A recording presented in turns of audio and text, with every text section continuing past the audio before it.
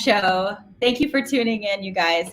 I'm just going to check all the comments. We've got several different chats going on YouTube and Facebook, and of course, the Travel Massive website. So go ahead and just ping us. Where are you guys from? What are you doing right now? How's the weather? I'm in Colorado. It's beautiful here always. We have over 300 days of sunshine, they say. Anyway, it's a beautiful day to be indoors. We are just sort of getting ready for our next show. We've been at Travel Massive. We've had live streams for 10 weeks in a row, I think. This is show number 10. And today we're focusing on content creators, but it's been quite an adventure. Every week we've been focusing on different areas of the industry and how they are handling this wild times with the pandemic and COVID-19, and just it's been an interesting time. So we appreciate you guys for joining us. Looks like we are live on the page. I'm not following directions very well because I have it open. Oh, cool. So let's see who we have. We have folks from Los Angeles, New Bern, NC, Lisbon, Toronto. We've got lots of folks. San Francisco. Hi, Eric. Eric Stowen from Ojai, California. Nairobi. Wow, that's pretty far away. Edinburgh. I love saying it like that. Edinburgh. Howdy. We have Los Angeles, Portugal, or do you say Portugal? Pennsylvania. Flying Pig Farm, Pennsylvania. Now, I am curious about that. Are there pigs that fly at Flying Pig Farm, Pennsylvania? Jessica, you'll have to tell me. I want a photo to prove it. India. Let's see. We have lots of friends here. San Diego, Dallas, the French Riviera. I would love to be there. Sign me up. All these folks. Sofia. Uganda. Wow. I've never been there, but it is on my bucket list for sure. And India, I've not been there either. I actually bought a guidebook to go to India once, and I actually just haven't made the trip yet. So it's high on my bucket list. We have friends from Raleigh, and wonderful. Well, thanks guys for coming in today. Again, if you're just tuning in, this is the Travel Massive live show, and I'm your host. I'm Juliana Broste, Traveling Jewels from Colorado. And we have a very special show for you today. This has been a series of exciting live shows. Every week we've been here for you, for folks in the travel industry. And we just want to check in. We just want to find out, how are you? We want to hear from experts and just discuss the state of where we are right now and hear some inspiration as well, right? So we've got some really cool guests today. I'm so excited to be here. We had actually part 1 of the Content Creator Show last week. And if I could figure out, where did I hide all my notes? Oh, here we are.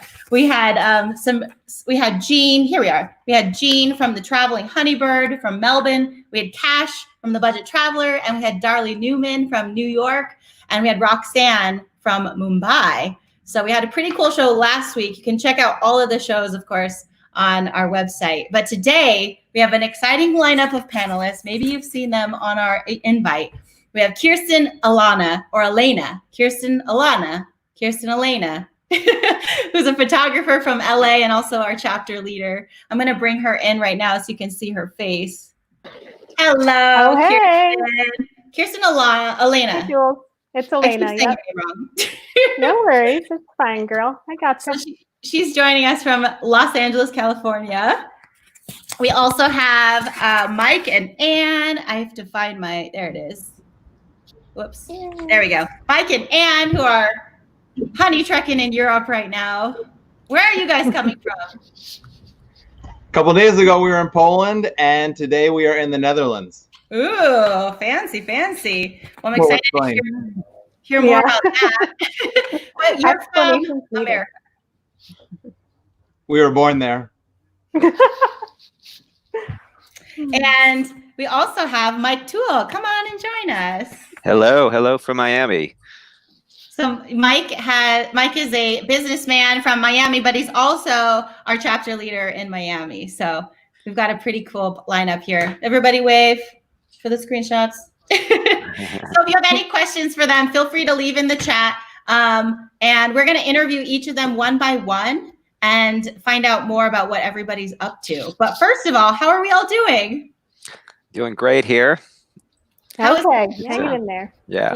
Yeah. Excited to be a part of this. Good. We're excited to have you. Any questions off the top? I guess my biggest question for you guys to start is, how is quarantine? How are you doing? It's an adventure. Roller coaster. Yeah. It's a roller coaster. What about you guys? Not like our travel adventures, but Well, I moved during quarantine, but surprisingly, the adjustment's been fine, so I'm not complaining. And Mike and Ann, you guys are on the road, so you haven't even been too much frozen. We were trapped in a camper van for 7 weeks. Oh, wow. So we were quarantined and sheltering in motion. So Wow. crazy story. We'll get into it. Wild, wild, wild. All right. Well, thank you guys for joining us. I'm going to sign everyone. I'm going to log you guys off, and we'll come back one by one and say hello to you guys all in a few seconds. Sounds good? sounds good. Okay. All right, Mike. Bye, Mike. Bye, Kirsten. All right, so first up, we've got Mike and Ann from Honey Trek. Nice to see you guys. It looks like you found a really beautiful place. Where are you exactly right now? Cannot be your camper van. No. This is not. No. This is a glamping tent. This is why we're in the Netherlands. Yeah, so tell me, just for people who don't know, because I've known you guys for several years and I followed your adventures, and I also have a few of your books on my bookshelf over here. Tell everybody specifically, I know you're bloggers, and of course, the perfect couple right here. You guys have been on your honeymoon for, I don't know how many years, more than 10 years, 12 years, honeymooning around in the most romantic of spots. Overblow it. Only 8 years. I mean, come on, Jill. In the most romantic of places all the time. So tell us a little bit about your content and what you guys focus on. We started Honey Trek in 2011 to chronicle what was going to be a year-long honeymoon. And then when we decided, why are we going to go home? Why are we going to do that again?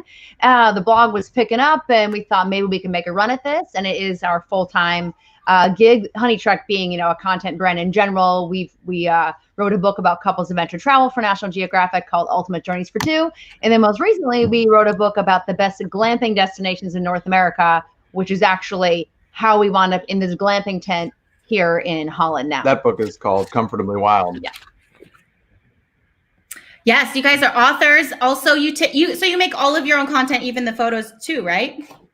Yeah. Yep, photos. We do a lot of storytelling as well on social. We're still bloggers at heart, but we probably crank maybe one blog a month. Don't rat us out. Don't rat us out. Maybe two sometimes, but we do a lot more storytelling with destinations and brands, to make people fall in love with their destination or product. And Meanwhile, because we literally live on the road, we haven't had a house since 2011. We are constantly in motion just by nature of we do have a camper van in the States that has taken us 73,000 miles around Canada, Mexico, and the US. So even when we're not traveling for work, we just don't know how to sit still anymore.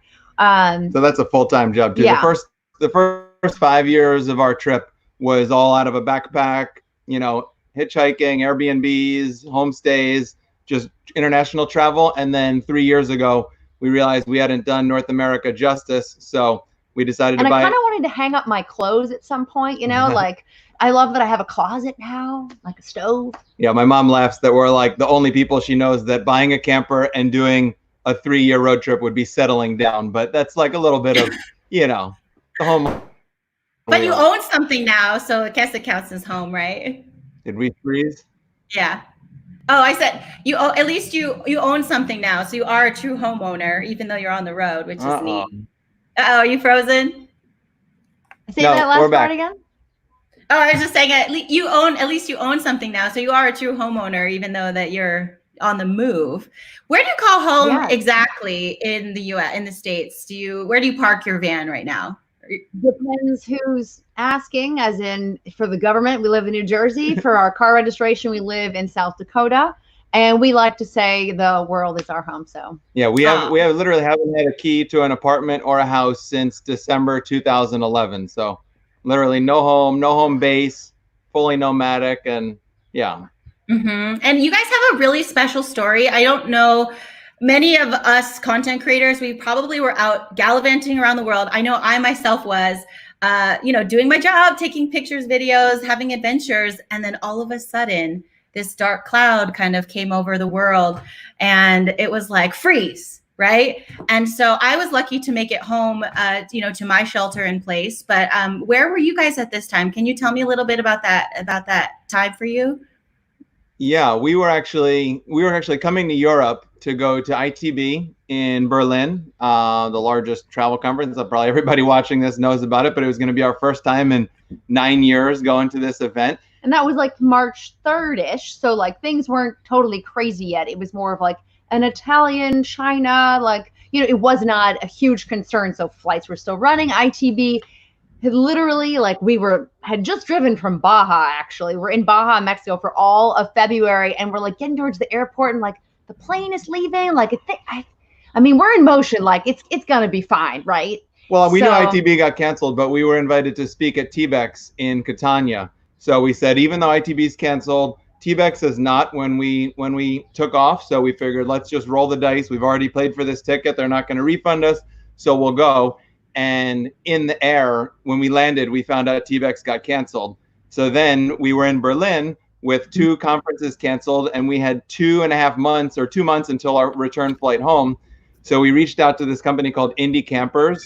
Saved the day. Yeah, they're the largest camper van rental company in Europe, and as nice as could be to work with, to rent from. Like, their campers were awesome. And it's like, if any of this happened, even, you know how quickly the world's been changing, you need to, like, by the hour, there's some crazy new update. So it's like, we reached out to them, I couldn't tell you the exact date, but like say March 8th or something. And they were like, sure, absolutely, pick it up on Monday. Like, take it through 7 countries around Eastern Europe, because we thought, okay, Western Europe's having a few more problems, we'll go east. And we get to country number 2, Poland, and the borders start to shut around us. And we're like, where do we go? Do we go to the next country? Do we stay in Poland? And I have Polish ancestry. I'm actually 50% Polish. So we figured, if we're going to be locked somewhere, they've got cheap beer, pierogies, and I'm Polish, and we've got this camper van. We had literally about 24 hours to decide, though, because we were on the border of Czechoslovakia, but they were getting real strict over there. Like, it was a criminal offense if you like spread corona, and then Slovakia had already shut down, so we like kind of just scurried back to Poland. But then that became 7 weeks. I mean, we just left a couple days ago. We actually even crossed the border out of Poland.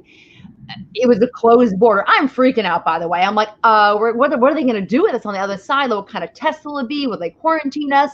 I don't want to say like willy-nilly it's easy to travel right now, but we came over the German border, and we were 1 month overdue. Wanted their rig back. It was a 2-week rental that turned into a 7-week, quarantine motion rental. But like, to explain for anybody who is hearing like that, we drove around Poland. We actually drove, I don't know, almost 3,000 miles around Poland. So we saw a. Uh-oh, you're frozen. I'm frozen. Can you hear us now? Yeah, I hear you. Okay. So the reason that we had to drive so much through Poland is that Airbnbs and hotels.com were all shut down, so you couldn't rent anything. 5 degrees one night. I was like, that's it, we're getting a booking.com, and they canceled the reservation. Legally, we're not allowed to take you. I'm sorry. So. And then also all the campgrounds were closed, so there was nowhere to plug in our camper to charge it up. So in order to run the heat, the lights, the water pump for the sink, we needed to drive our car around an hour and a half every day to get the battery topped up. So every single day we would have to drive 1 to 2 hours around Poland. I mean, it was really tricky on lots of levels. So like filling up water, like dealing with like waste, all of these things became like you couldn't even enter a gas station to use the bathroom or fill something up. Like, so we had to get pretty crafty and very, we've always been pretty self-reliant, but this took our van life skills to a new level of like, we gotta be ready for anything.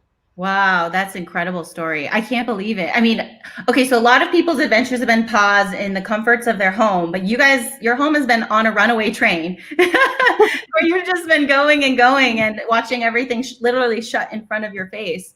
Yeah, I'm I mean, kind it's been like I don't know if you saw that movie I Am Legend with Will Smith, but it's literally been like that, especially from a tourist perspective. Like we're not sightseeing, and we did go on a few tours before Poland went on lockdown. yeah, But since then, we're just driving through, and we would have to go to cities to do the laundry because small villages, there's not a single laundromat. So there's only like 5 cities in Poland that actually have laundromats. So we plotted them out. So we'd have to go into like downtown Dansk or downtown Warsaw to get to a laundromat, and we'd get out, and there wouldn't be a single person in the town square. We would just be like, so we have all this whole photo series So of like Anne social being, distancing was not a problem. I'm thinking we probably had 500 feet between us and anyone, which is just so strange. and cops were driving by. Yeah. Like we didn't speak Polish, so like everyone would be in their house, because later we found out cops were driving by saying like, you know, it's full lockdown, like everybody get off the streets, and we're just kind of like rolling to the laundromat. It was pretty crazy.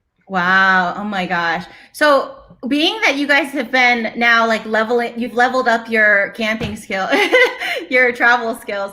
What would you say as far as the blogging industry? Have you noticed how that has kind of affected have you seen other people on social media? Like what do you think this really is? What's happening in that side?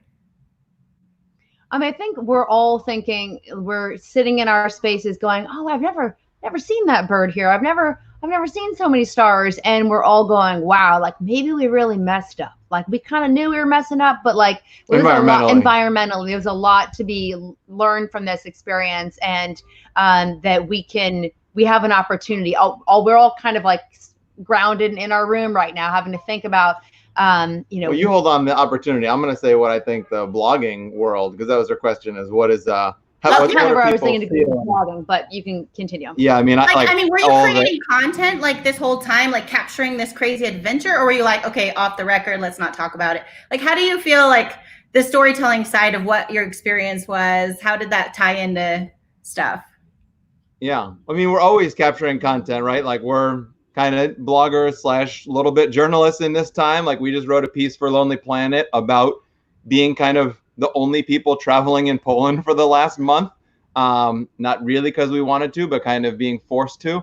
So we were capturing it, but we didn't share a lot of it because, one, we felt bad that everyone was like still home, and we didn't want to be like, hey, like we're out doing it. And obviously stay at home has like been the mantra and hashtag forever to like flatten the curve. So we didn't want to make it seem like, hey, we're out like, you know, sightseeing and we're going Krakow, like check out this beautiful temple or this beautiful church. And yeah, I think it was a good exercise in being really real and raw with yourself. I mean, we all are wearing our pajamas later into the day than we normally do. And especially with the camper, like there were so many like just crazy weird snafus of just trying to like meet our basic needs that we're like, you know, like life is not perfect. It's not Instagram pretty all the time. And we like, I think, let our guard down more, perhaps like kind of let people in a bit more. Cause I think this is a very cathartic, crazy experience. And to share that, like and that's the best stuff. I feel like there's been a lot more engagement because we've been really honest. So, you know, that's something to take away. Well, I loved hearing your story, even though as wild as it would be to live through it. I appreciate you sharing that because I understand that right now, in a weird way, we all feel a little bit muted.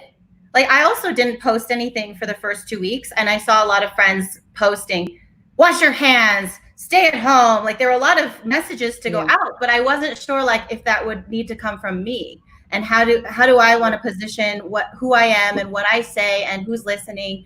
And I think for you guys, you also had this incredible adventure happening in front of your eyes. And then you're also like, oh my God, my job is to tell stories. What do I say? Yeah, no, it's very tricky, especially because we wanted to be sensitive and also, you know, abide by the rules as much as we could. We were very closely following what was allowed and what wasn't allowed and not allowed in Poland because, national parks were closed. So we weren't like, no guards here. Let's just jump the rope and do that. We were trying to respect the local laws for sure. Totally. You guys are like the upstanding travelers of all means with environment. And no, really, I think of you guys for sure in that way. But I think to go through that adventure, I'm thankful that you're willing to share that with us. And also, I think from an industry level, that's the untold story. I mean, did you guys ever consider, like, I'm just going to fly home tomorrow? Was that an option to go back? It was like a panic moment of like, wow, like, do we need to make moves? Some friends of ours were actually in Europe for ITB as well. And they're like, oh, whatever, we have other projects. They took an emergency flight home. We're like, should we be doing that? They were like, hey guys, did you hear the US said like get home or never come back? And we were like, yeah, we heard that, but we're thinking like, not quite never come back, but like, pretty much. We can't help you. It was either come home now or come back when this is over. Yeah. And we looked at our choice between, you know, kind of Poland and where we saw the US, all the cases going in the US, and the fact that Poland actually, even though we're not even citizens, provides us free healthcare. And back in the States, we wouldn't get free healthcare from, you know, from our government. So we decided to roll the dice and go with the pierogies. You guys are brave. I love you. And you're Polish, so that helps. You're half Polish. Exactly. I guess from your industry point of view too, I'm curious, like, did you have any projects just like completely canceled? I think a lot of us content creators are feeling that ripple effect of, you know, the world is closing, the economy is doing its thing, and now that means we have less projects on the table. Do you feel that at all? Yeah, it stinks when I feel like we had a Q1 project and our numbers were really good. I feel like we knocked it out of the park, and they were like, we would love to continue, but, and you know, we just literally have zero marketing, like everything's on pause.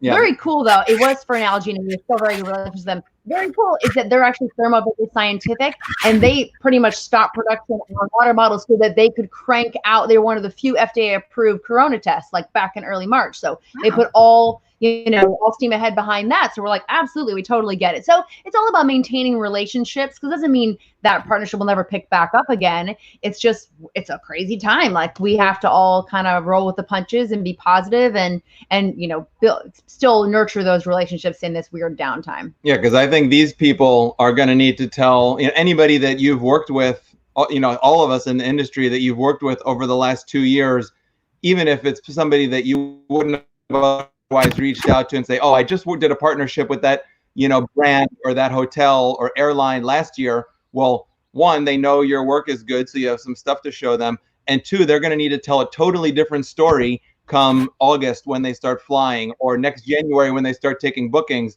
So now is the perfect time to reach out and say, like, hey, you might not be dying to spend money on me right now or fly me there, but let's put some plan in place. Let's have some calls so that when things do open up and you want to flip the switch, we've already got our terms set up. We've got, you know, you've locked me in for January or however you want to work it out, but like, talk with them so that they can be ready for it, because they're going to need to tell a totally different message once this opens up, and they will need us, the whole blogger community and travel writers and journalists. Storytelling is going to have to be honed so perfectly, because there's a lot of new sensitivities, and we don't want to do. People aren't like, yay, vacation, doom and gloom. It's been sanitized a million times over. People want to feel comforted by that, but they also don't want to have it shoved down their throat and just make it sound so unfun that they just stay home, right? So we have to really, as a group, work with the messaging so that travel is fun and people feel confident to get back out there. It's important that we do when the time is right, because a lot of economies totally depend on tourism, you know, hospitality in general. So we want to do our part to, like, you know, message it properly to get people back out there and not afraid to do what we all used to love and connect with humans and connect with other cultures and connect with nature. And so I'll answer Sandra's question in the chat there. She asked, what do you think the future of travel blogging, travel writing will look like? And I will answer it kind of layering onto what Anne said earlier. What do I think it'll look like? I think there'll be less. I think there'll be less travel bloggers out there. I think, you know, the money will be tight when everybody comes out of this, because not forever, but what do you think? 2 years? Yeah, I don't know. For like a year or two. I think the content people write will be pretty similar. I think people always want to dream about travel. I don't think people, you know, the media outlet's going to be hungry for, like, what does a hotel do to clean to sterilize the room and that kind of travel content. That's obviously not what we're going to create. And I think a lot of people are going to go back to their traditional thing. But what I hope the travel blogging and travel writing industry, and even just travelers in general, of which we all are as well, I hope it will become more environmentally friendly, more eco-conscious, more humanitarian, thinking more about, like right now, everybody's very concerned about the people on the front lines that are nurses and doctors and delivery people and grocery store clerks. And those same people that are often marginalized in the tourism industry, running these tours and getting just pennies on the dollar, and then some many middlemen taking it. And same with hotels. And there's a lot of things that have gone on in this industry because it's just, it's business, it's a market, and there's people that need jobs. So people are willing to take advantage of that. But hopefully there's room, people have time to rethink that and rethink going on, a 5,000 person cruise that's dumping waste and like not leaving money in the islands that it visits, and maybe flying a little bit less, even though, it's really nice to go to beautiful destinations. But no, and there's not that you can go really far in a camper. Let me tell you, I think RV travel is going to be huge. It's going to recover a little sooner because you can contain your space. You have your own, you can take care of yourself. You can still sightsee the world. That you don't have to worry about like getting pinned in somewhere. So, I mean, I would encourage people to like revisit the road trip and camper RV space. And the glamping is semi-shameless plug. It's all about being out in nature and connecting with nature, and having your own bathroom even. So I mean, look at that view. We don't often do it, but we'll show you guys our view out the porch there. Wow, I love it. You can see it, but that's cool. that's the view from our glamping tent there. Sorry for the jarring video, folks. I love this tent. I am like kind of envisioning myself over there hanging out with you guys. Fun. I miss you. Yeah, I miss everybody. That's the thing, is like, isolation stinks because you don't, you're not connecting the same way. But hey, you definitely connect more online. People are being so innovative, and thanks to Travel Massive, because you guys have really pushed forward with like, we are going to still stay connected, and we're going to do new things because we've been given this challenge and rise above it. So I hope people are keeping, positive and spirits up.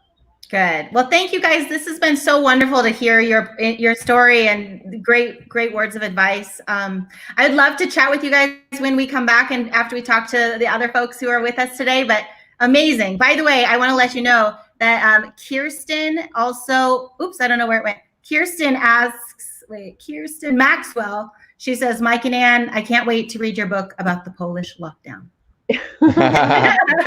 Your third. Right. Well, the Lonely Planet article is out. Check it out. Yes, you guys, by the way, everybody, in case you're not familiar with Mike and Ann, you definitely want to go check out their website, Honey Trek, because not only have they written 2 books, but the glamping one, I think you're right. You guys were perfect on time with that. As far as like what the future holds, I'm reading so much research about the fact that we're all going to sort of slowly come out of our cave, and we're going to look down the road and we'll see something nearby. And then we might go, okay, what about these wide open spaces, and this glamping, I think glamping is all the craze, it'll be a real big, people are dying to get back into nature and do it safely. Yeah. Yep. Yeah. So we'll look to you for all those best places tips. Sounds good. Okay. See you guys in a minute. All right. Okay. Thank you guys for the questions. These are some great questions. I agree. I really liked what they said about the future, about what, let's be patient. Let's see what happens, and we'll take it from there. So I'm going to pop over to Los Angeles now, as we can time travel here on Travel Massive. And we have Kirsten Alana. I say your name wrong all the time. That's all right, Jules. I forgive you. It's all right. But yeah, it's Kirsten Alana. Elena, thank you. Well, she is such a professional in this business. If you haven't seen her photos on Instagram or on her website, they are just beautiful. And you've probably seen them on a lot of different brands pages as well. Kirsten is our Los Angeles chapter leader, and she also works as her own small business. So I'm going to let you guys meet Kirsten. I'll let you say for yourself. Oh, thanks, Jules. Well, first of all, I want to give a little plug-in shout out for Honey Trek, because I actually have their book right here with me. It is a beautiful, beautiful book all about glamping. And, I think they're so right that glamping is going to be one of those things that's going to sort of recover faster than other parts of the travel industry. So I encourage you, if you have the money to buy any travel books right now, definitely give their book Comfortably Wild a look. And I know I've leafed through it a lot while I've been home. So shout out for them. But yeah, I'm in Los Angeles. I'm one of 3 people who run the Los Angeles chapter of Travel Massive. I'm also a travel photographer, content creator, blogger. I wear a lot of hats, like many of us do, and do a lot of brand work, do a lot of working with destinations and hotels. And I don't really do lifestyle or other things. I do food as it relates to destinations and as it's part of the travel story. I also take portraits of people when I travel, but I really do concentrate on travel in all of the different ways that I work. Yeah. And I think what's neat is, like, as far as being a great photographer, there are a lot of avenues and places to put that skill, So Absolutely. I think it's smart the way you kind of divided your attention to different things. And as far as this time, I know you've experienced a really unique set. Well, for our community, it's always great to hear from somebody who has a personal connection. And right now, not only are we as creators, I mean, tell me, have you seen a lot of your projects? Are there more coming in? Are they all completely paused? Are they being canceled forever? What are you seeing as far as that, the effect of this pandemic? Yeah, it's definitely affected me. I mean, just before sort of what Mike and Ann were talking about with ITB, when that was all sort of going down, I was actually just getting back from Vancouver for work with Volkswagen. And, I thought, okay, that'll probably be my last trip for a while if all of this is sort of going the direction that it seems. But I didn't know, and I'm always cautiously optimistic. So you never know. I mean, this could be isolated to other parts of the globe, or it could come here. But then we had an event planned for LA Travel Massive, and one of my 2 co-leaders was like, I don't know if we should be doing that event because some of the people involved with it would be coming from Italy.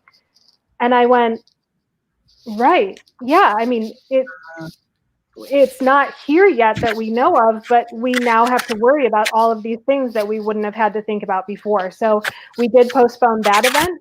And then as far as my own work, I mean, absolutely everything that was planned for first quarter, second quarter, all of the projects that I had slated that either would have already been occurring or that were going to occur for 2021. For 2020, I no longer have anything that is for sure anymore. Everything has either been postponed or canceled. So I would just say, a solidarity with everyone else who's experiencing the same. It really is stressful. And I'm going to even make myself a little more vulnerable and tell you that if my own partner who I live with didn't have his job, I would be homeless right now. So I understand it's a very, very stressful time if you're a content creator in travel. And I just want to, give it out to everybody who's struggling because it's a hard time for us. Yes, I agree. And I appreciate that you share that with us, because I think a lot of people have noticed their web traffic down, so they're losing that stream of income. The brands, maybe the big companies, they have less money for marketing and they're also hurting. And because we can't go out, we actually have a hard time being creative. We can't really, get out with our cameras or our pencils and, just start documenting what's happening because we're supposed to stay home. So it's just a really interesting time.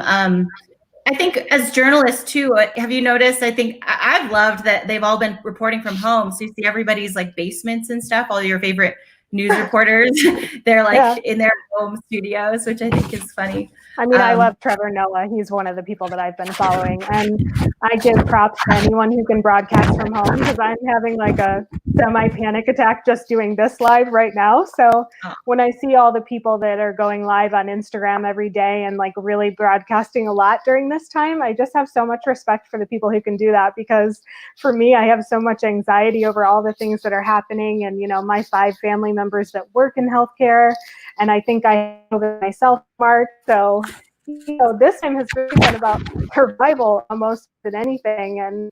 And talking to my followers too, I really have tried to stay very, very connected with my audience and who follows me on social media and, who gets my emails and things like that. And this is a time not an opportunity for a lot of people. This is a time of just absolute survival for a lot of people. You know, I have female followers who are caught in domestic abuse situations that now they can't get out of because of COVID. You know, I have followers who work in other industries who have also lost all of their income and all of their work. So it's definitely been about a time for me that, you know, yes, I'm stressed about the loss of my own work, but also I'm worried about people. I'm worried about the human cost of all this, and it's a high cost. So yeah.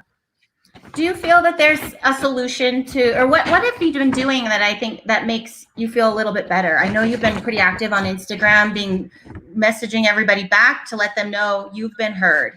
And I know you spent some time to do some Instagram lives and just tell people like, hey, I'm still here. How are you doing? So what are some of the things that you've been doing to really kind of fix that anxiety?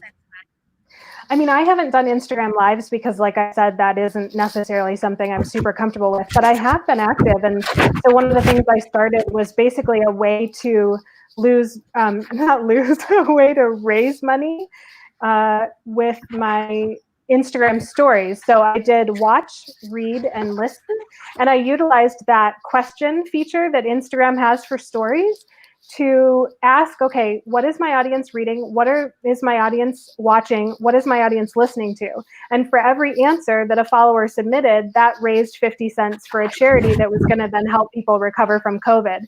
So it was a way of letting my audience know that I cared about what they're going through right now, but also a way for us to work together to help other people recover during this time, you know? So I gave money from my savings to that. I didn't, you know, ask for my followers' money. I recognize the fact that a lot of people don't have the money to give, but I said, you know, I'm going to use my savings to help other people, and I want you guys to help me spend it. And so there was a real sense of community through that. And it was also travel related because, of course, any of us who work in travel, you know, what we read, listen to, and watch often has some kind of travel theme to it, whether it's a travel movie or whether it's some kind of travel memoir, or like Honey Trek, it's their book Comfortably Wild. And so, you know, you're sitting at home reading that. And so it was a way to make travel part of the conversation, even though we were staying at home, but also give back to the community as well. That's very cool. I wasn't aware of that way of giving back, but I think that's smart that you were able to take your skill and let other people know this is how you can contribute and help. And I know at that time for you, not only was it stressful, I know you also were not feeling at 100, right? Yeah, I'm pretty sure that I had COVID in March, but just don't for sure. I was able to get a test, and then they sent me someone else's results. So I have no idea whether I for sure did or did not have COVID. I know that I had terrible times breathing and incredible chest pains that I've never had at any other time in my life. I did have headaches and basically all of the other symptoms, but a confirmed fever because we didn't own a thermometer at the time. So, you know, I probably had it like a lot of people have had it, and I was very sick, too sick to be working. And so I really feel for the people that have it. And if you guys are looking for a really great instance of someone who documented everything they experienced and know that they did or did not have COVID, if you're familiar with Rachel Rome's, she used to live here in Southern California as well. She's now up in Oregon. She really documented her experience with COVID very well and kept very detailed notes. And she shared those on social so that other people could understand and kind of relate to her experience and what they might be going through. And so if you want a really well-documented experience, I would recommend checking out Rachel Rome's. Rachel is great. Yeah, she's amazing, and I hope we can get her on the show down the road. I think she's a fearless woman that's just paving the way, and I love how she handled it because the truth is that a lot of people out there are not taking this seriously, and a lot of the reason is because maybe they don't know someone personally who's been affected, and meanwhile, a lot of people have a lot of personal touch to that. But I think for you to share is really important to let people know, like, I mean, you're not trying to be the spokesperson of this pandemic, but at the same point, okay, I know her and there's an actual person. I think that's really important to share. And I also had 2 family members that had it. So this has been a time for me where I am hyper aware that this is real. I don't believe in conspiracy theories. I've seen this virus for myself firsthand, and it's ugly. And I very much feel for people that are more concerned about their loss of income, but at the same time, for me, I'm trying to recognize the fact that, you know, even with all of the things that I have lost at this time, I'm still very lucky and blessed.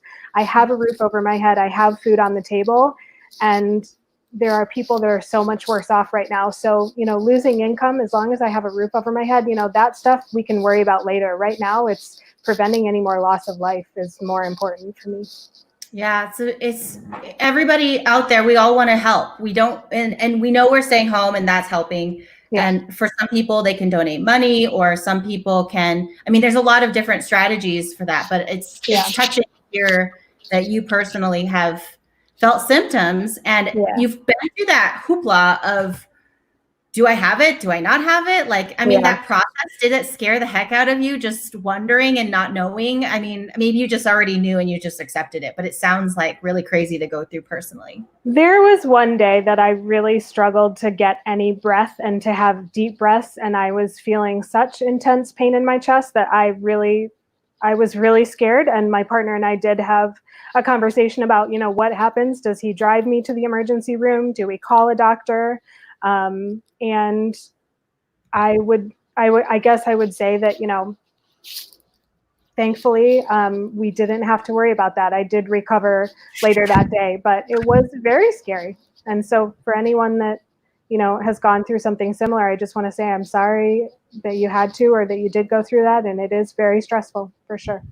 Mm-hmm. And as far as this, I mean, right now is an interesting time because a lot of places have finished their stay-at-home order, and maybe they're starting to look at reopening. And I think it's to the level of, this isn't going to disappear tomorrow, which is bummer because that's how quickly it showed up, like on our doorstep, and it just it happened immediately. And now it's like, okay, what is that process like coming down the road? So do you have any feelings on what to expect, or how do we get back to whatever is normal? Sorry, we're having a sound issue for everyone, and I'm just trying to help the people behind the scenes. Thank you. I don't know if there are any other speakers that don't have their mics muted or something, but anyways. So I just touched the mic. Would you ask that question again, Jules? I'm so sorry. Oh, you know, I was just thinking that for you to you went over, you've been to places that not a lot of people have been, right? You felt the symptoms, and now you're recovering and looking forward to the next steps. How do you feel? I mean, absolutely. I would love to be traveling again, just like anyone else who really loves travel. I would love to be out on the road again. But I probably, because I'm an empath, I really feel more attuned to the human cost and toll that this is all taking. And so for me, it's not actually hard to stay home right now because I know that it's saving lives. And then as far as the future, you know, I really think that hospitality and tourism are one of the primary drivers of economies all around the globe. It is not just the United States, Europe. You know, every country relies probably in some degree for tourism and hospitality to provide jobs. And so we're going to have to find a way to bounce back. We are going to have to find a way to travel again, because that supports people's livings, other people's abilities to put a roof over their head and have food on the table. So I would not get bogged down in such fear that you worry, you know, we're never going to be able to travel again. Travel is never going to be a career again. It is going to be sometime in the future. We don't know when, we don't know how soon, we don't know exactly what it will look like, but it is going to happen. We are going to be able to travel again. And I think I sort of see it coming in waves. Like first, we're going to be able to be explorers in our own backyard, in our own cities, in our own states, and local travel is really going to be important. And then as the world opens back up, we're going to be able to travel internationally again. And I think that we need to find ways to support people as directly as possible. So for me, that's going to look like supporting small businesses, small hotels. Even though I love loyalty points and things like that, Marriott and Delta for, you know, the membership perks that they give me, with my own money that I have, I'm going to spend it supporting small businesses. I want to make sure that the money that I spend in travel is going to directly put a roof over someone's head and food on the table. So for me, it's going to be a little bit of a pivot to, you know, small businesses, small hotels and B&Bs. I think Mike and Ann, they mentioned glamping. That's a great way to support people who might just have a very small glamping property, on their family's farm or, sort of in their backyard. And so I think we need to look at ways that we can make our money spent in travel go a long way. And that's going to be really important. Cool. I love those ideas. And also, I think the photography side of that, like what you do so well is you inspire us to go. And so with those words and the idea, I mean, it's just, I do think that the small business side of it is going to be so important. And maybe you take your camera out right around the corner and then you start slowly going further and further. Are there any companies or humans that you've seen that just inspire the heck out of you for what you do? Oh my gosh, I mean, I have such a long list. I know that, Jules, you inspire me all the time. Mike and Ann inspire me. We already mentioned Rachel Rome's. I have a really, I would say, close, tight-knit community on social media of people like my friend Neil, who is in the UK, my friend Monica, who is in Romania, my friend Marco, who is in Venice. And, he has provided such a firsthand account of what's happening in Italy. And so Neil, Monica, and Marco and myself try to do a live video call like at least once a week, and we really learn about what's happening in each other's destinations and what real life looks like. I spend a lot of time messaging with people on social media, and so I think it's my friends and my colleagues that really inspire me. But I think you're asking like bigger picture, are there photographers that inspire me? No, I think you've given me some ideas on what comes next. And I like the idea of small business because for sure we can all help each other out and team up in that way. And but when I look at your Instagram and your photos, and every photo, it's striking, and I could picture myself there, and I feel like I want to go there, right? And so I was just curious if you, as someone who's creative, have seen any brands or destinations doing something that you're like, I like that too, and I think yes. Okay, now I know where you're going, and I know how to answer that. Sorry, it's 2 minutes. I really love what Germany Travel has done. They've actually hired, some of the people that I consider friends and colleagues, whether it's Jade from Vagabond 3 or Matt from Landlopers, and I think they also had Dave and Deb with Planet D. And so basically what Germany has done is said, okay, come on our social channels and talk about the trips that you've already had in Germany in the past to remind people of what they could do when we can all travel again. And I think that's really been inspiring and fun to watch, not just because those are my friends that are participating, but because Germany is a country that I really love traveling to. I love what Scotland has done. They have some brands and sort of businesses in Scotland that are hosting live whiskey tastings, that are doing video. The Faroe Islands has had some interesting things they're playing around with virtual reality, and not directly travel related, but just because I've been so personally inspired. If you follow Jamie Beck, she was known as Ann Street Studio for a long time on Instagram, and she started a hashtag called Isolation Creation. And what she has done is showcased a community of people around the world who are creating content right in their own homes. They're not leaving at all. And it's evidence of the fact that we can still be creative, we can still be inspired, even if we're stuck at home.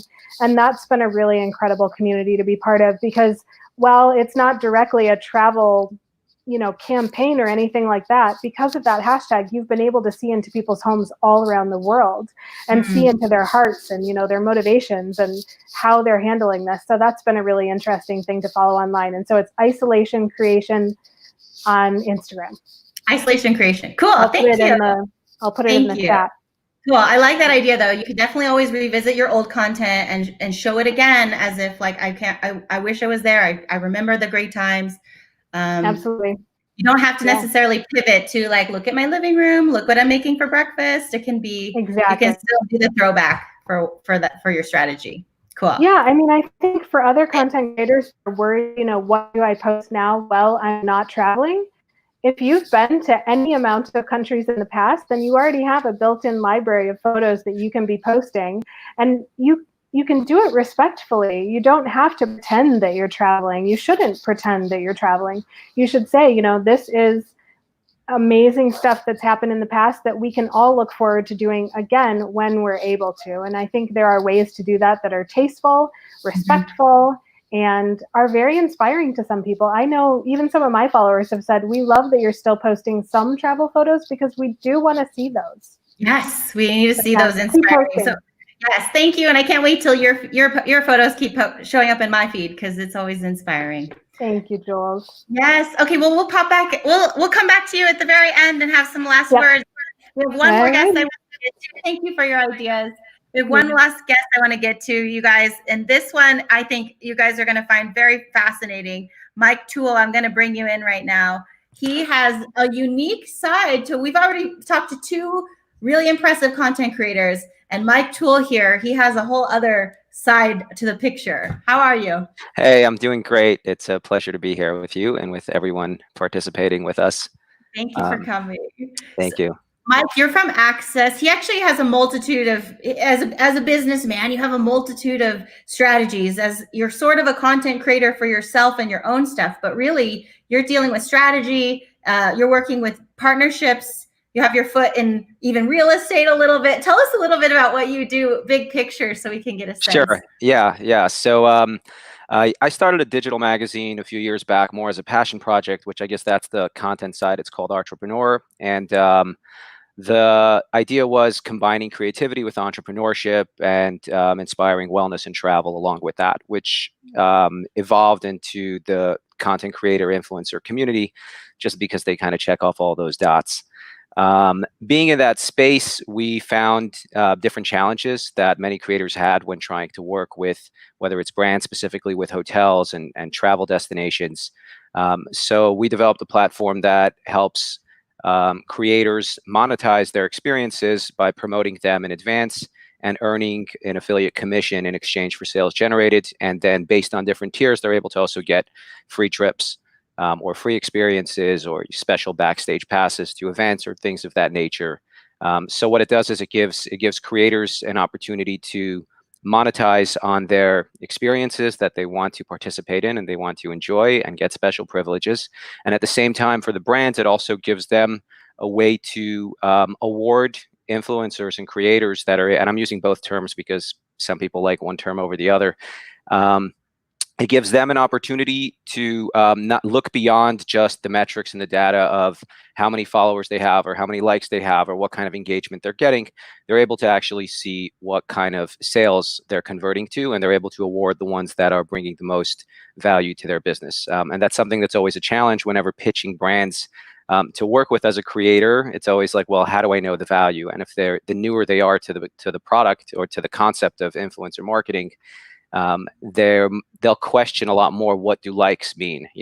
What is that going to do for my brand? So we developed something that will track them through, just like it would track on a blog. So you're able to track the conversions of sales, and they're able to award them based on that. We also function as an agency. So outside of the platform, we work with different brands outside of the travel industry as well, doing everything from social media to influencer marketing, branding, and things of that sort. Mm-hmm.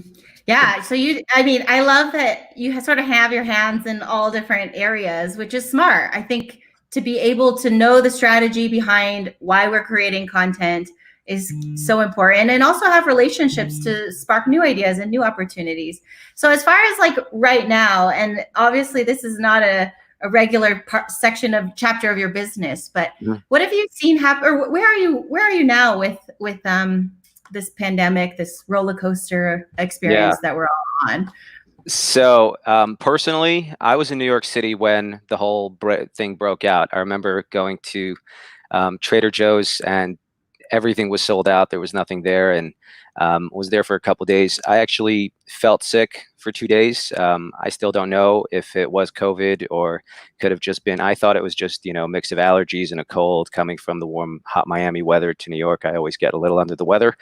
But I may have had that. I got back to Miami and had to actually move apartments during the whole crisis. So that was a challenge in itself. I've seen, firsthand, not physically seen, but like I've had, 3 of my friends here that are also from New York lost their dads to COVID. And my girlfriend's parents are doctors back in France, and her mom got COVID working at the hospital. Thankfully, they've recovered and they're back at the hospital helping people. So I've had that side as far as like on a personal on a personal note. As far as a business, it's really it's put me on hold to really kind of take a break and reflect and look at everything. Of course, clients had to cancel service, and even clients that owed us money, like we need to be patient to wait to collect it. And it's like, we all need the money. So just being very nice and gentle, and, and it's good. I'm grateful that we have good relationships and they're working with us, and, some of them need a little bit more time to pay up. The only thing that I did do as soon as things came to a break, I've in the past been also in the financial industry. So I've been in like the business lending side of things. So I immediately sent out an email, actually added a page to our website to just offer any businesses that we have some contact with, that if they needed any assistance or help applying for any of the government funding or things like that, we're available to help them with that as well. So although we're still waiting for some of them to get approved, but that's another conversation. So really it brought everything to a hold. For me, I'm just kind of like taking a break and seeing that there's a lot of things that'll be resetting. So I took a step back from the marketing and from the influencer marketing, and I'm kind of looking at where things are going to be going and where do I want to position myself as things evolve and as things emerge. But at the same time, since there are many content creators listening and watching right now, I do think that right now is a major opportunity for content creators, because today people are on Instagram more than they've ever been before. Companies that never acknowledge social media or working remotely or any of the things that we're living in every single day are forced to right now take these things seriously. So if you're good at social media, I mean, you may need to temporarily pivot. I know everyone keeps saying that they hear that word and they hate that word, but I love the word pivot. I think life is all about pivoting. But there's huge opportunity now. You can venture a little bit outside of the industry that you're in and just think of, what are businesses that are actually, in need now, but don't necessarily have a way of sharing their message. And by being there, reaching out to businesses like that, you have the ability to, whether it's working as a brand ambassador or as an influencer to promote them, or many people even just need coaching where you're able to just guide them, like, here, I'll set you up with the brand strategy to get you on Instagram or get you on LinkedIn or get you on Facebook. The need for digital media right now, I mean, I think Facebook and Google must be killing it right now. With the amount of advertising that people need. It's the only way to really get out there. You have a retail shop on the busiest street in the biggest city, you're not getting any business right now. But if you're online and you're getting that exposure, so the opportunity for creators now is huge. You just need to think a little bit out of the box, get out of the comfort zone. You may not get a cozy hotel room for what you're doing, but you might make money and you might get some cool products. So definitely worth exploring outside of that. A great idea. So I agree with you. It's a weird time because we're not out and about traveling. Everybody's consuming like crazy. They're all on Instagram. I started a TikTok channel. How about you? Yeah. Anybody start a TikTok channel? Yeah, TikTok's taking off. Yeah, it's taking off. And as a video creator, it's fun. It's really interesting to see how people are using video in a way that I've never really like seen as like, it's like totally fine to match cut stuff that like didn't exist, like clothes, just suddenly I'm wearing different clothes and it's a lot of fun. Yeah. But yeah, I agree with you. A lot of people are consuming content. So it's smart strategy to be there when they're looking for you, you show up. But at the same point, you talked about pivot. And I think that's an interesting word because should we stay, if we want to be found, should we keep doing what we're doing? So if I love to make adventure videos, do I keep making adventure videos?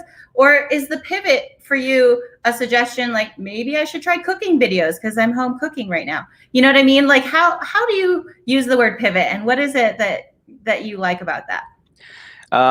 So I think, for everyone, it's different. I think if it's true to you, then you can open up and share another, part of your life. So if you really enjoy cooking or you're stuck at home cooking, I think sharing cooking is something that'll resonate with your audience because everyone loves food and everyone is probably home cooking as well. So that can be a great way to do things as well. But when I'm saying pivot, I'm thinking more from the business side of things. So if in the past you were going after hotels or destinations or airlines or tour operators to work with, it might be time to say whether, if you're a great cook, reaching out to some cooking companies, some companies that provide kitchen material or kitchen supplies or equipment, or perhaps some food brands, or if beauty is something that you're into as well, you can incorporate that. Beauty brands spend the most money on influencer marketing. So there's opportunity to do things like that. And if you want to really stick to the content that you've always done, like Kirsten mentioned, you can share content from the past, from past trips, and that's something people always will enjoy. But you can still monetize by offering your services outside of sharing content on your own channels. So by helping other brands, create their own strategy and share the content on their channels, you can still remain authentic in the type of content that you're sharing that's relevant with your audience, but helping clients get out there. So you may want to look for clients that you haven't been looking for in the past that maybe weren't on your radar, but we don't know how soon this will recover. So I think it's a good time to look at other opportunities, and you'd be surprised, companies are really, really looking for that kind of help now. And there are companies that are making money and can afford it.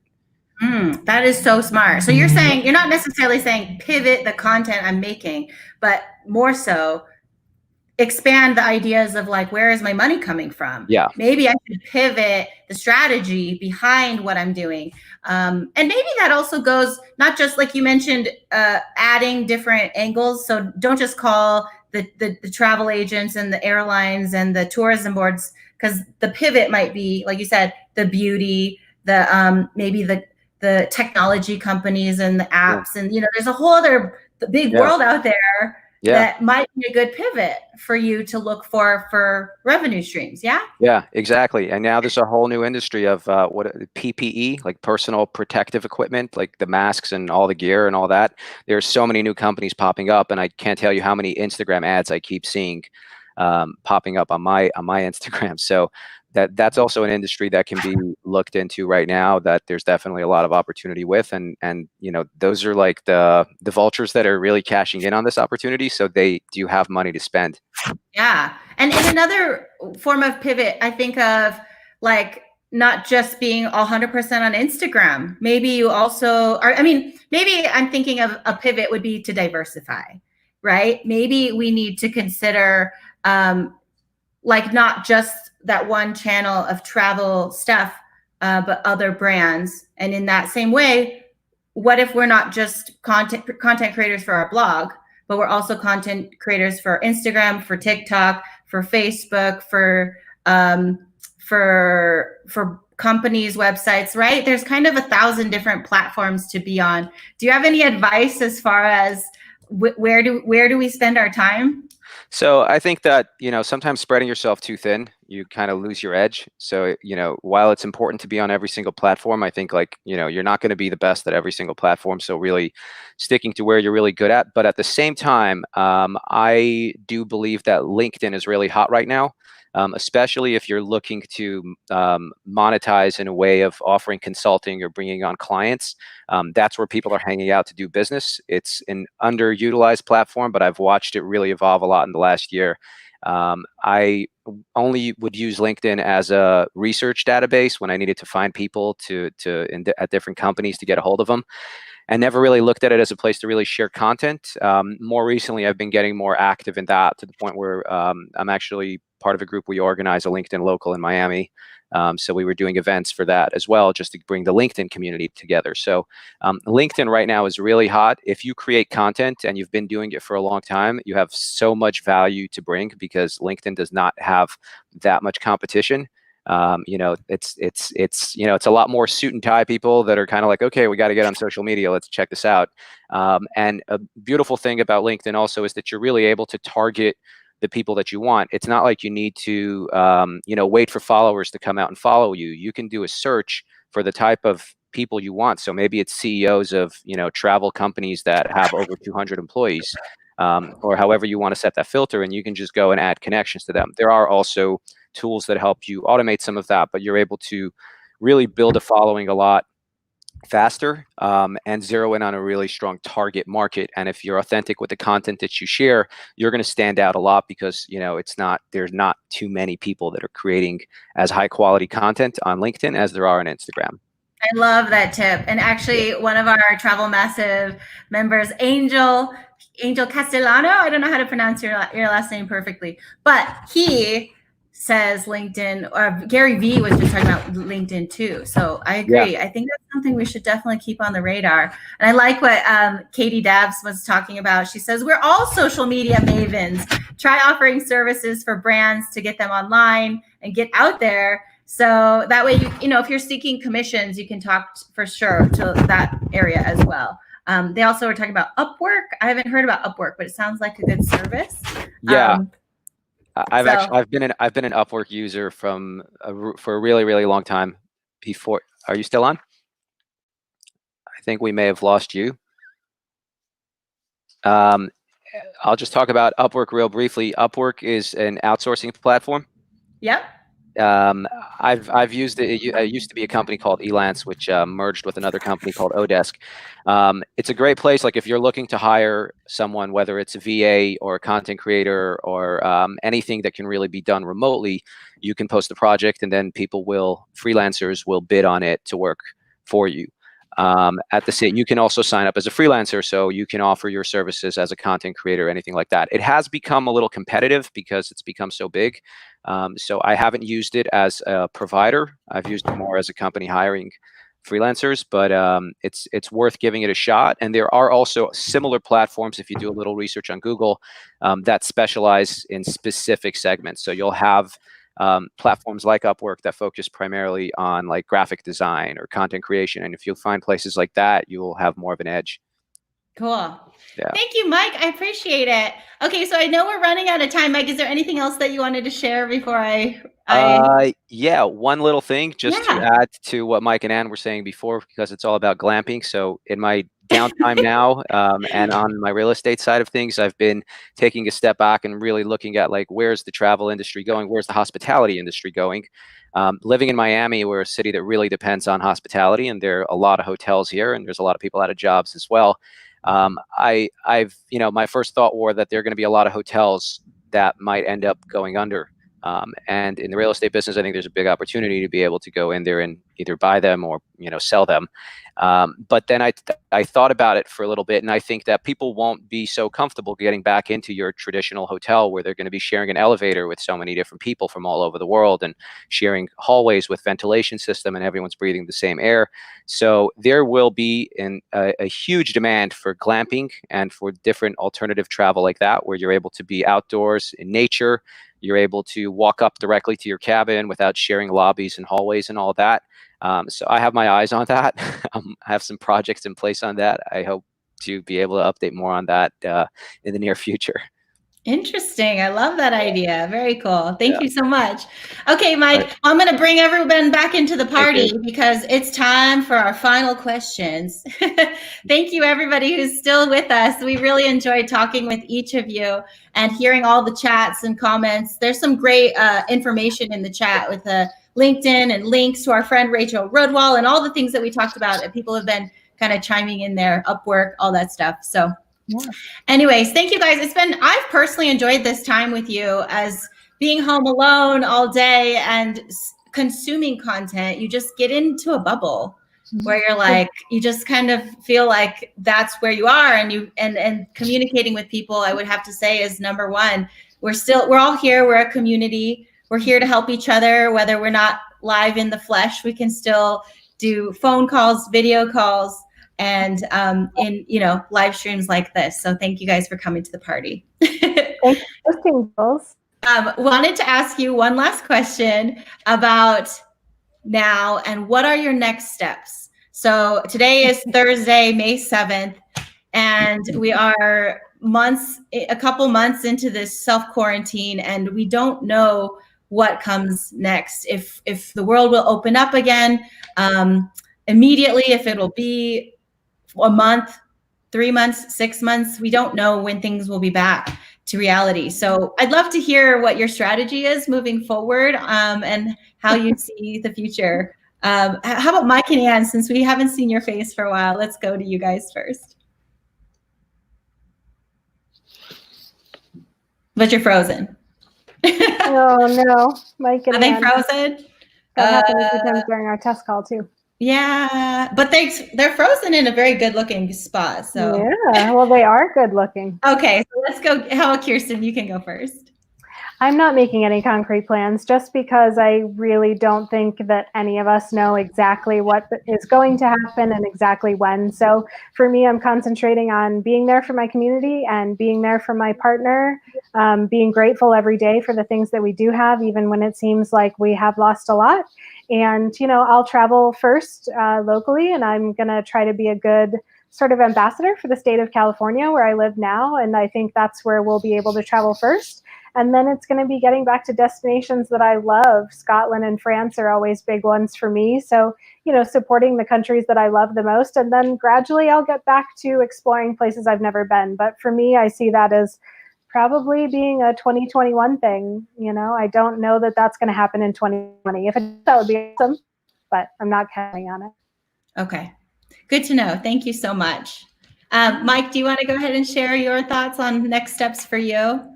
Yeah, so I think that where travel is going, I think like what Kirsten was saying, it's going to take a little bit of time and it'll probably start more domestically first. I think we'll see people doing more driving trips, things that are road trips, things that are you don't need to get on a plane, you don't have to get in an airport. Sharing less common spaces with other people is definitely something that we'll see a lot of.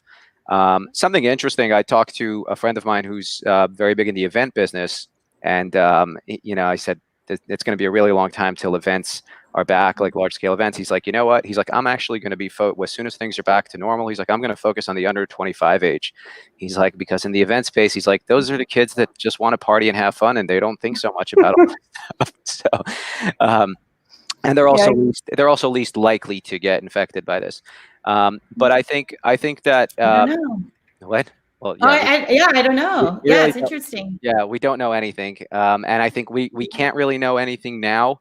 It'll take a little bit of time. I think as we see different places that are opening up, I guess in a way it'll be the guinea pigs that'll show us. And if there's success, you'll see more states and more countries like opening up faster. And if there's lack of success, then you'll obviously see things tighten up.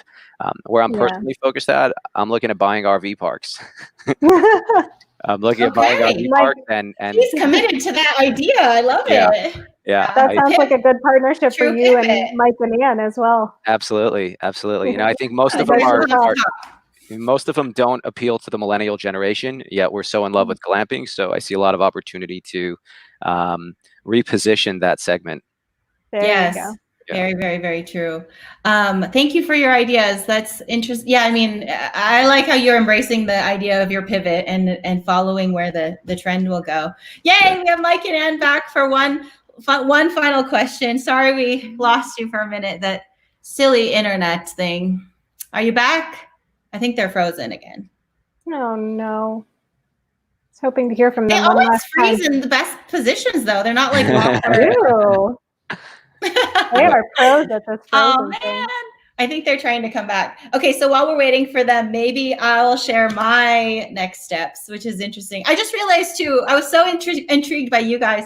I don't know if I really gave a full introduction to who I am, but as a video creator and someone who films herself, I do a lot of filming of like adventures and travels and experiences. I want people to feel like they're traveling with me. And I feel what's interesting is even being indoors, I kind of want to turn my I don't know if I can. I kind of want to turn my camera to just, maybe I won't. I have cameras everywhere. So I have truly taken the production indoors, and I'm finding places to update things or just speak, whatever it may be. I'm finding ways to be creative indoors.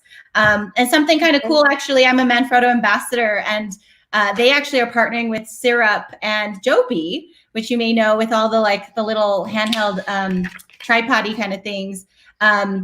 They have a festival right now. So if you're feeling motivated in the four walls of your house, you should submit a film festival and you can win up to $20,000 worth of free gear. And I put a little post, Travel Massive has this amazing resource for for all of us that work in travel, but they have a COVID-19 tab at the very top. So you can go there to find out more about that film fest if you want to enter to win, but also so many resources. So if you guys have any questions about what's happening in Sofia or what's happening anywhere with COVID and the shutdowns and the industry and all that stuff, all that resource, it's all right there for you.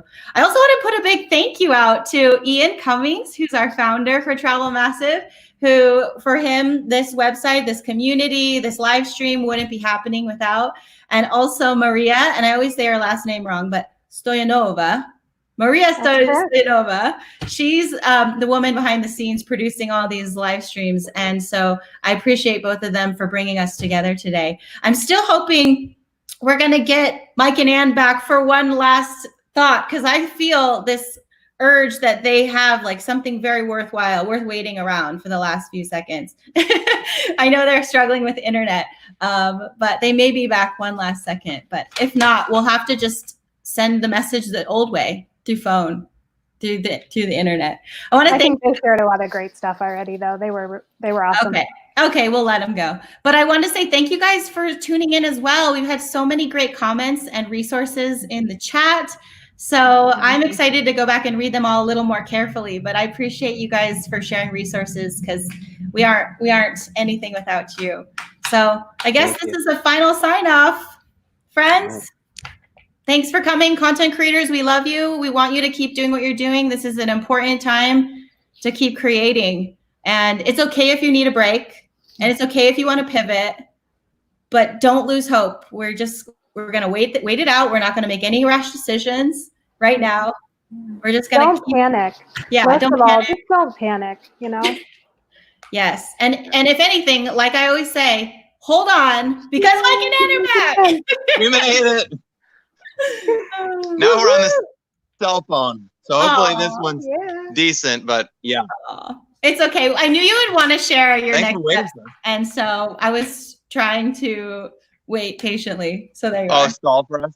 Oh, much appreciated. Well, everyone knows what travel internet's like, and it's not good always. But we just bought the SIM card today. It's like the first test run. So oh my gosh. So next steps for me and for anyone listening, it's a little bit different topic than most people like to talk about. But one thing that I think is really important, and it goes for all of us, like even though anyone who's a travel writer and a blogger and runs their own business, like you think you're outside of the matrix. You think you've broken out because you're not, going to a 9-to-5 and you don't have a boss. But when you're reliant on other people and you're constantly pitching articles and you get onto that like hamster wheel, even though we're doing something awesome, like it can still be our own matrix, because we're humans. We're used to like a certain level of consumption of need. We grow up like, okay, I need a fancy apartment. I need a car. I need to go on trips. And like, we have this idea of what we need to be happy.